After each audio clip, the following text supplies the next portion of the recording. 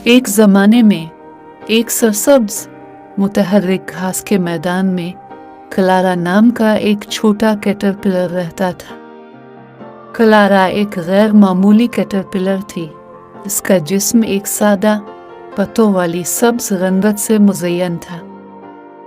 उसने अपने दिन लंबी घास में रेंगते हुए गुजारे।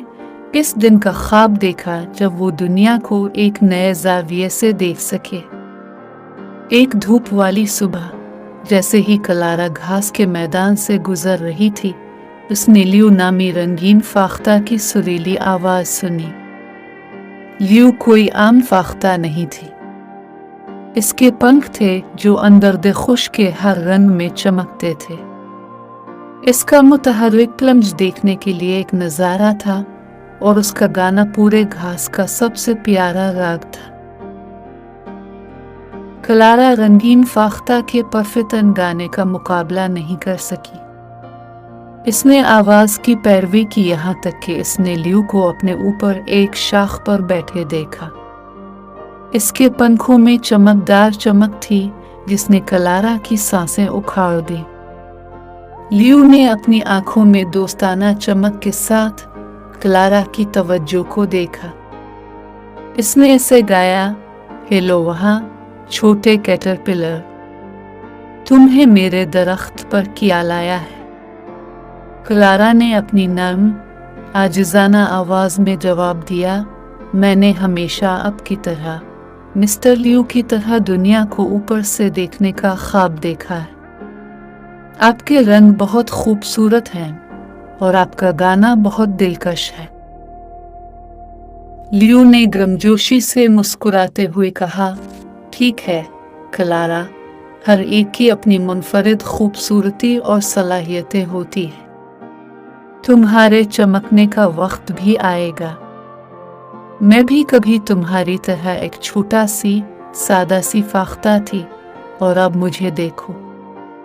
पोशीदा टैलेंट सामने आने का इंतजार कर रहा है। इन अल्फाज ने क्लारा को उम्मीद से भर दिया। वो हर रोज लियू से मिलने जाती रही और उन्होंने एक गैर मुतवक्के दोस्ती कायम की।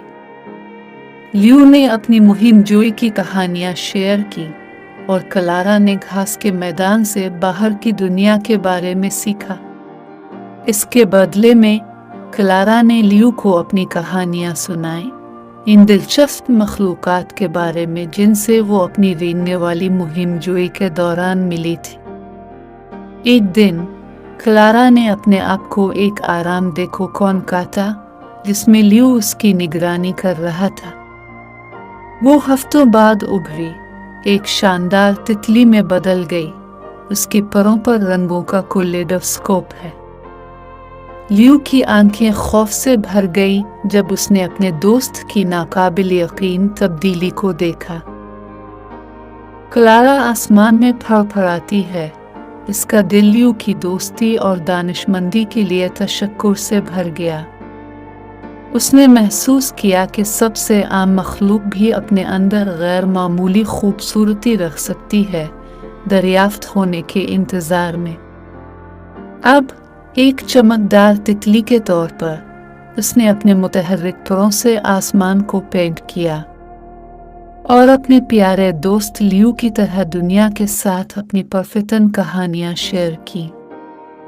और इस तरह घास के मैदान में कैटरपिलर और रंगीन फाख्ता एक दूसरे को मुतासिर करते रहे और उन सबको जो उन्हें जानते थे सबको याद दिलाते रहे कि खूबसूरती इसकी तमाम शक्लों में मनाने के लायक थी।